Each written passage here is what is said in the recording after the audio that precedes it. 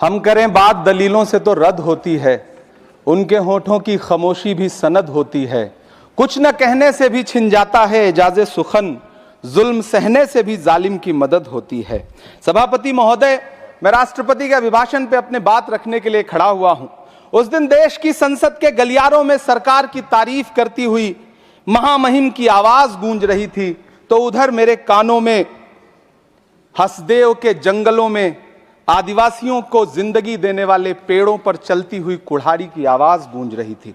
सभापति महोदय, इस तरफ महामहिम के भाषण पर प्रधानमंत्री जी संसद की मेज थपथपा रहे थे और उधर उत्तराखंड की अभागी बिटिया अंकिता भंडारी के इंसाफ की आवाजें मध्यम पड़ती जा रही थीं, जो आज भी पूछ रही हैं कि आखिर वो वीआईपी कौन था जिसके लिए अंकिता भंडारी को मार दिया गया।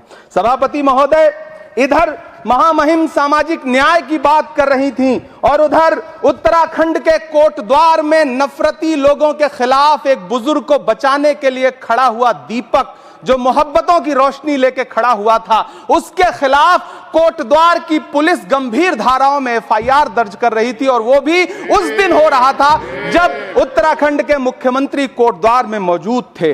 ये नया भारत है जहां दंगाइयों के खिलाफ एफआईआर नहीं होते, बल्कि अमन और मोहब्बत की बात करने वालों के खिलाफ एफआईआर दर्ज होता है। यह नया भारत है जहां असम का चीफ मिनिस्टर खुलेआम संवैधानिक प्रोटोकॉल तोड़कर कहता है कि मुसलमानों को इतना टॉर्चर करो कि वो राज्य छोड़ने पर मजबूर हो जाएं। वो कहता है कि अगर कोई मियां रिक्शा वाला 5 रुपए मांगो तो उसे 4 रुपए दो ताकि वो परेशान हो सके। यह नया भारत है जहां बरेली में खाली घर में नमाज पढ़ने पर पुलिस मुकदमा दर्ज करती है। यह नया भारत है जहां क्रिसमस की तैयारी करते हुए ईसाइयों पर सरकार मुकदमा दर्ज करती है।